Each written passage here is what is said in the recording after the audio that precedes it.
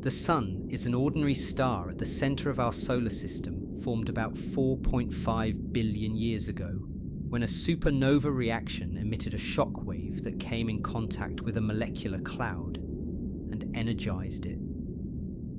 The pressure increase in the molecular cloud, consisting of mainly hydrogen and helium, got heat up to start a nuclear fission, hence forming the Sun. The Sun is one of more than 100 billion stars in the Milky Way, and it's a relatively young star. Its mass is 330,000 times larger than the size of the Earth, with surface temperatures as hot as 5,800 kelvins. Distance from the Earth to the Sun is 93 million miles, 150 million kilometers.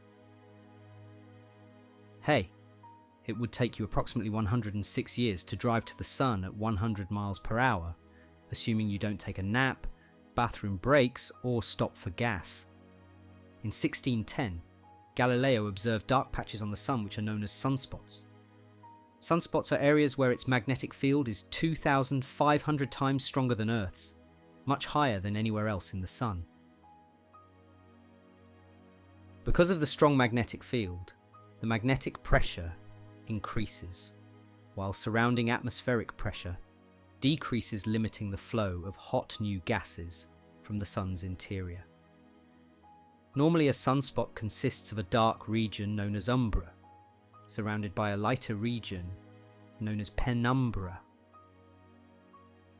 From these sunspots, visible mass ejections and solar flares.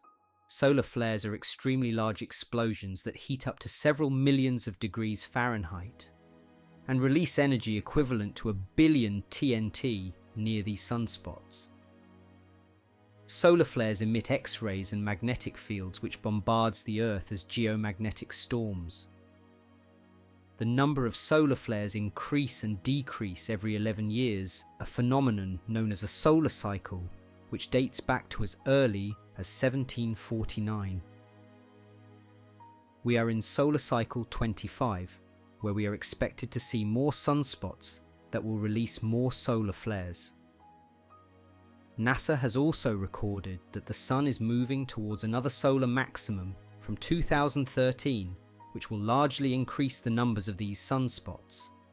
The biggest flares are classified as X-class flares, while the smallest ones are A-class flares. In 2024 alone, NASA's Solar Dynamics Observatory has seen over 82 solar flares hitting the Earth.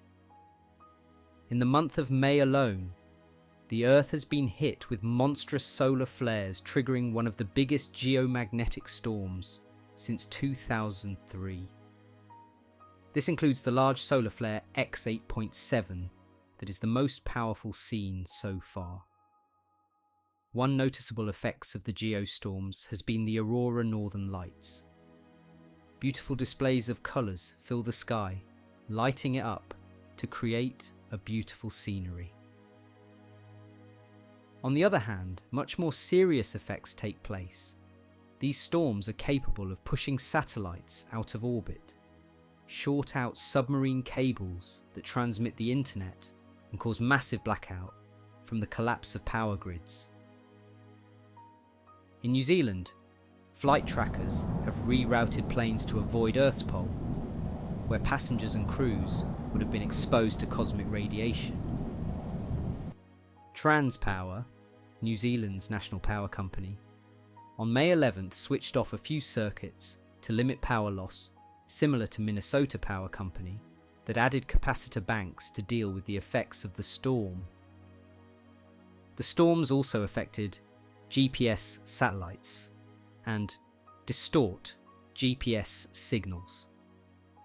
Farmers in South Dakota reported their tractors driving in circles. This confusion can delay harvesting or planting, affecting the yield.